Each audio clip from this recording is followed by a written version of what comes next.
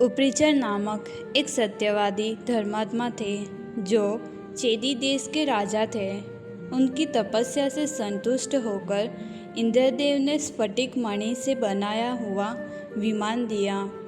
उस विमान पर सवार होकर राजा उपरिचर विचरण करते थे। वे अधिकतर उस विमान की सवारी करते और भूमि पर न उतरने के कारण वे वसु के नाम से प्रसिद्ध हुए। उनकी पत्नी का नाम गिरिका था जो अत्यंत रूपवान थी। एक बार राजा वसु की पत्नी गिरिका ने ऋतुकाल के स्नान से पवित्र होकर राजा से पुत्र प्राप्ति की कामना की, परंतु उस समय अपने पितरों के आदेश के कारण वे वन की ओर प्रस्थान कर रहे थे। पितरों की आज्ञा को श्रेष्ठ मानकर वे अपनी पत्नी का स्मरण करते हुए वन में चले गए। वे वन में रहते हुए अपनी पत्नी का ही स्मरण करते हैं, जिसके कारण कामिनी के ध्यान से उनकी कोशिका स्खलित हो गई और राजा ने उस स्खलित कोशिका को बरगद के पत्ते पर रख लिया। यह स्खलित तेज व्यर्थ न हो तथा स्त्री का ऋतुकाल जानकर उन्होंने उस तेज को रानी के पास भेजने का निर्णय लिया और उसे अभिमंत्रित किया। उस तेज को बरगद के दोनों में रखकर पास ही बैठे हुए बाज पक्षी को बुलाकर कहा, हे महाभाग, तुम इसे लेकर शीघ्र ही मेरे घर चले जाओ, जिससे मेरा हित हो। मेरे घर जाओ और इसे मेरी पत्नी गिरिका को दे देना, क्योंकि आज ही उसका ऋतुकाल है। वह द्रुतगामी बाज उसे अपनी चोंच में पकड़कर आकाश में उड़ने लगा।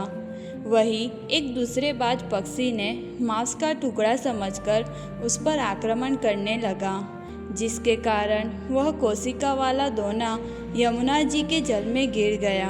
दोने के जल में गिर जाने पर दोनों पक्षी वहां से चले गए। उसी समय आद्रिका नाम की एक अप्सरा जल में क्रीड़ा कर रही थी। उस सुंदर स्त्री ने वहां पर उपस्थित संध्या वंदन करने में तत्पर एक ब्राह्मण को देखा और उन ब्राह्मण का पैर पकड़ लिया। ब्राह्मण ने क्रोधित होकर उसे श्राप दे दिया कि तुमने मेरे ध्यान में विघ्न डाला है, अतएव तुम मछली हो जाओ। श्राप पाकर आद्रिका रोने लगी और ब्राह्मण से क्षमा याचने लगी। तब दयालु ब्राह्मण ने कहा, हे कल्याणी, तुम शोक न करो, मैं तुम्हारे श्राप के अंत का उपाय बताता हूँ। मेरे श्राप के कारण तुम मत्स्य योनि को प्राप्त होगी, किंतु तुम अपने उदर से एक युग्म मानव संतान उत्पन्न कर इस श्राप से मुक्ति पालोगी। बाज के पादाघात से घिरे हुए उस कोशिका को मत्स्य रूपधारिणी आद्रिका अप्सरा ने उसे शीघ्रतापूर्वक निगल लिया। 10 महीने बीतने पर एक मछुआरे ने उस सुंदर मछली को अपने जाल में फंसा लिया। उस मछुआरे ने शीघ्र ही उस मछली का पेट चीर डाला। उसके उदर से मनुष्य के आकार वाली जुड़वा संतति निकली।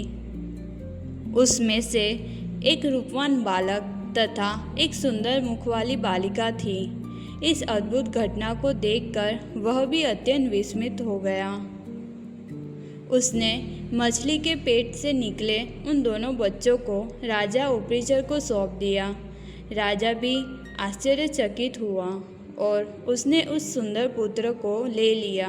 वह वसुपुत्र मत्स्य नामक राजा हुआ, जो अपने पिता के समान ही धर्मात्मा, सत्य प्रतिज्ञा, महातेजस्वी तथा पराक्रमी था।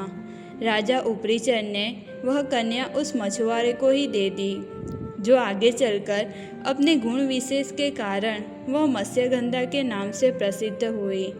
जब वह मत्स्यगंधा किशोरा अवस्था को प्राप्त हुई, तब उसका सौंदर्य और भी बढ़ गया।